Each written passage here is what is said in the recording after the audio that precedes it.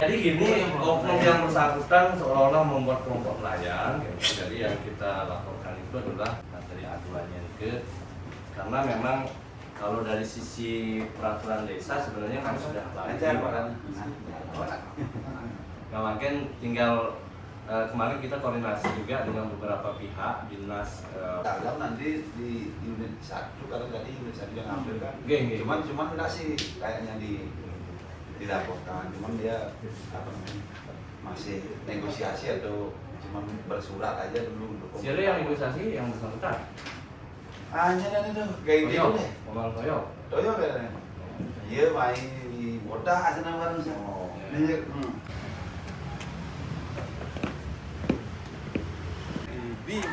Ada kopi keren. Mana yang mau? Kopi ya karena Mungkin permasalahan melaporkan atas nama oknum yang mendirikan organisasi nelayan di desa kami.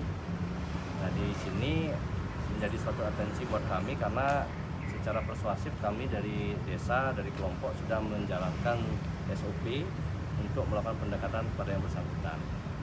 Jadi pendekatan yang kami lakukan adalah dengan memberikan somasi pertama, somasi kedua, dan somasi ketiga. Tujuannya adalah untuk betul-betul dari organisasi bisa kita memberikan sebuah tata cara dalam pelaksanaan pemberian sanksi. Nah, karena kemarin di tanggal 24 di hari Minggu kemarin somasi juga tidak diindahkan dengan kelicikan yang bersangkutan, oknum yang bersangkutan. Jadi kami rasa ini juga akan tetap begitu-begitu saja, dan ketika kami bersama dengan Satpol Airut Polres Buleleng dibantukan dengan teman-teman kelompok semua menggeser posisi booth yang bersangkutan. Karena secara izin kewilayahan memang yang bersangkutan tidak mengurus izin di tempat kami. Yang bersangkutan hanya mengancam kami dari sisi bahwa yang bersangkutan sudah memiliki akte notaris, kemudian yang kedua sudah dilegalkan melalui Kemenkumham.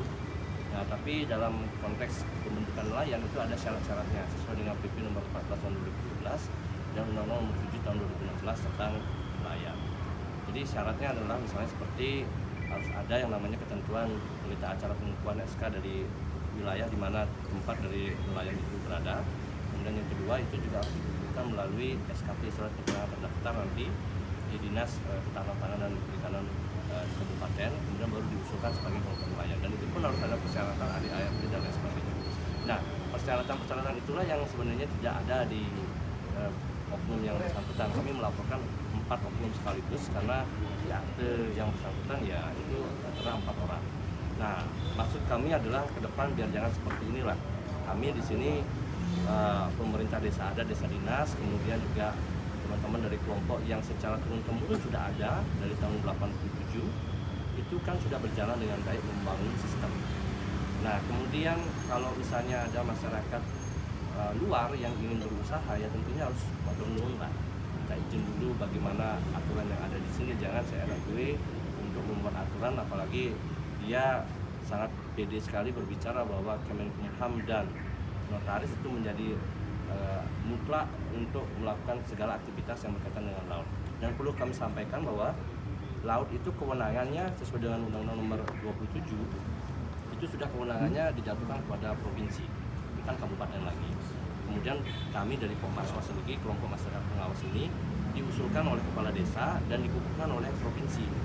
Jadi kewenangan kami sesuai dengan undang-undang tersebut, Undang-Undang nomor 27 juga, itu mengatakan bahwa wilayah pesisir dan laut sebatas 0 sampai 12 mil itulah kewenangan provinsi, dan tentu itu berdasarkan dari mandat dari provinsi memberikan kami Kopaswas di desa Kalibuk untuk mengatur itu.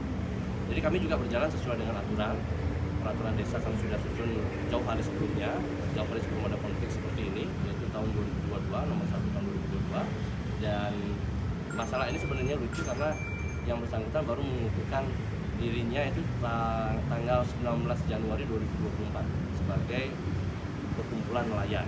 Nah, ini sangat aneh menurut kami, manakala mereka sangat bersikukuh dalam proses mengatur dirinya sendiri dan mengatur desa gitu loh. Nah, ini mungkin ada yang disampaikan dari Bapak. Kelompok ini apa sih? pertama ya tentu itu melanggar dari ketentuan yang apa namanya yang kita sepakati bersama sesuai dengan peraturan desa. Itu sudah tercantum pasal 4 ayat 5. Setiap masyarakat dan pengusaha dari luar desa itu wajib mendapatkan izin dalam berusaha. Ya. Kemudian yang kedua, yang bersangkutan menempatkan booth tidak di tempat yang semestinya. Karena kawasan kami di Kalibuku ini itu kan kawasan yang menjadi sentral Lopina kan. Nah, booth itu sendiri kenapa kita tidak menambah armada lagi? Karena memang kapasitas untuk menempatkan parkir booth itu udah habis. Kalau kita tempatkan semua parkir booth itu di sepanjang Lopina, di sepanjang parkir itu kan tidak memungkinkan kenyamanan.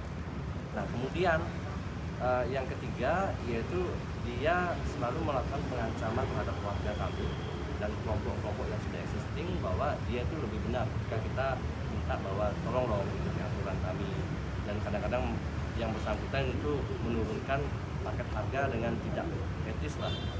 Jadi paket harga yang sudah kita sepakati di desa dan di pemerintah itu ya jauh dari sana.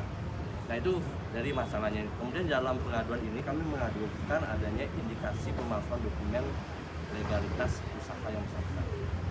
Ya, karena dengan izin-izin tersebut seharusnya ada kelengkapan izin lain yang harus mereka lengkapi, sehingga dia boleh mengatakan bahwa dirinya legal berusaha secara izin dan juga memiliki kewenangan, diberikan kewenangan untuk mengelola kawasan yang diusahakan. Pengancamannya ya dia akan melaporkan saja, karena kasus ini sebenarnya sudah berdiri lama. Tahun lalu 2023 itu kelompok kami itu diancam, dilaporkan oleh yang bersangkutan. Yang kedua, kepala dusun kami juga dilaporkan, kepala Klan Adat juga sempat diancam tapi belum berhasil dilaporkan. Jadi yang bersangkutan melaporkan perangkat kami yang ada di desa. Nah, karena itulah yang sebenarnya dari somasi 1, 2, dan 3 ini ketika tidak ada jalan temu dari yang bersangkutan juga baik, ya kami dari kelompok itu kemarin menyusun apa delik yang bisa masuk ke ranah pidana. Ternyata setelah kami cek ya itu ada dokumen ini. Jadi artinya begini, ketika membuat sebuah yayasan, akte perkumpulan nelayan ataupun kemenkumham itu kan tentu harus ada persyaratan yang lain. Kami menyadari kalau izin seperti itu kan siapapun boleh ya, warga negara untuk membuat usaha ya ada izinnya. Tapi tentu dalam proses beroperasi ya tentu itu jangan langsung beroperasi, tetapi dulu ada izin-izinnya baru bisa beroperasi. Sedangkan yang bersangkutan sudah beroperasi sebelum ada izinnya. Nah, itu yang menjadi poin penegasan kami di laporan ini. Oknumnya sebenarnya kalau secara tempat tinggal dia berada di Desa Kalibuku ya, di sebelah barat Desa Kalibuku. Tapi per tanggal 18 Maret kemarin, sebelumnya itu dia berstatus sebagai warga Desa Kaliasen. Jadi pengurusan izin notaris itulah sebagai orang Kaliasen. Tanggal 18 setelah kita berikan somasi kedua, dia bergegas membuat strategi untuk berpindah dari Kaliasen ke Kalibuku. Jadi kami belum bisa terima nih karena ada beberapa persyaratan juga dari Capil yang memang belum bisa diterima oleh yang bersangkutan. Kemudian yang kedua, kami masih memberikan rekomendasi terkait masalah beberapa kejadian-kejadian yang sebenarnya dari dulu memang yang bersangkutan sering melakukan hal itu. Yang bersangkutan memang sering pindah-pindah tempat tinggal, maksudnya tempat domisili KTP-nya ya. Jadi pernah di Kayu Putih, kemudian pernah di Kalibuku, Kayu Putih, kemudian Kaliasen balik lagi ke usahanya itu dia dolphin snorkeling. Nah, secara ketentuan di Undang-Undang nomor 7 tahun 2016 bahwa ketika menjadi nelayan ya harus nelayan tangkap dulu. Usaha tersiernya boleh untuk kegiatan tambahan, tapi dia harus memiliki betul-betul alat tangkap ikan, kemudian orang-orangnya juga harus nelayan gitu. Jadi ini yang menjadi agak aneh ketika izin diberikan gitu kan, sedangkan orangnya bukan nelayan penuh. Jadi hanya sebatas koper aja bahwa dia berlindung di undang-undang nelayan. Kalau nelayan tidak boleh digeser kan, karena undang-undang, karena dia memiliki wilayah. Di undangan tadi kan ada aktivitas peresapan. Ya. Meresahkan seperti yang saya sampaikan bahwa dengan dia memberikan harga ke wisatawan itu dengan cara sangat rendah, kemudian tidak memperhatikan kenyamanan, ada brosurnya sebenarnya itu memberikan paket misalnya 120.000 ya, 120.000 satu paket. Jadi paket itu ada dolphin, snorkeling, kemudian ada plankton itu 120.000. Sedangkan yang kita sepakati di pemerintah adalah 100.000. Nah tentu ini meresahkan kan. Jadi ada antrastik dari dari wisatawan terhadap pengelolaan kita. Ini citranya nanti kita rusak di Kalibutu. Citra Lovina pun rusak karena ternyata orang-orang begini tidak bisa ditindak. Kita udah bertindak, tapi ya memang orangnya tidak mengerti begitu. Ya mau tidak mau kita akan lanjutkan ke jalur hukum. Oh sudah ada mediasi itu sudah kita lakukan tanggal 14 Maret. Yang bersangkutan mengatakan bahwa dia akan memberikan jawaban, tapi ternyata tidak memberikan jawaban. Dan saya juga langsung telepon Bapak Kadis Pariwisata. Itu langsung yang bersangkutan menyatakan, oh silakan lanjutkan ke somasi kedua. Itu semua udah ada dokumentasinya, jadi perjalanan tidak. Boleh minta ininya? Dek, bikin aja ya. Saya kirimkan boleh. Surat laporan.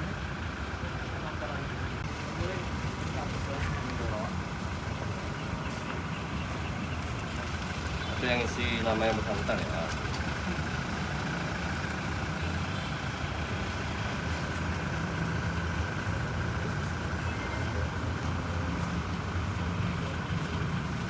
Kalau ada PDF-nya boleh. Ya nanti saya kirim ke ya Dewi ya. Oke, sudah ya. Saya Ketut Widyadan.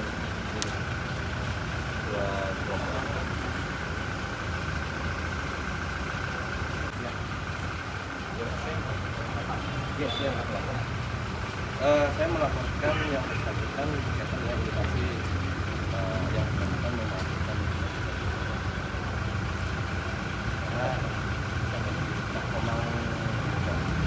memang benar dan ini yang dilakukan.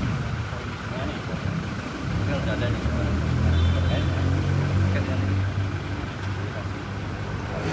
jadi yang bersangkutan kan menggunakan nama sebagai perkumpulan nelayan. Perkumpulan nelayan itu undang-undang apa? Jadi itu yang